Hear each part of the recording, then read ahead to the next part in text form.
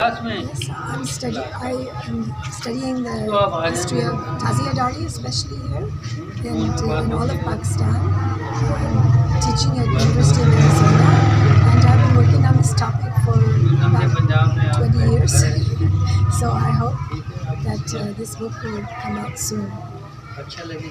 I've seen Taziyas all over Pakistan, also in India and Bangladesh.